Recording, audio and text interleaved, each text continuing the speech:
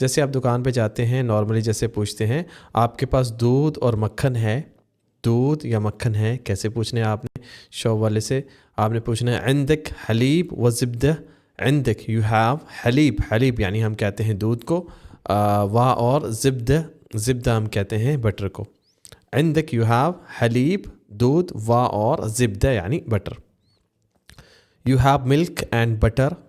اور اس سے پہلے آپ کو بتاتے چلیں کہ اگر آپ نے ایسی عربی سیکھنی ہے بولنے والی، جس میں صرف بولنے والی زبان ہو، جو آپ کو لوکل لوگوں کے ساتھ بات کرنے میں بہت زیادہ ہیلپ کرے، تو آپ نے یہ کتابیں خرید لینی ہیں.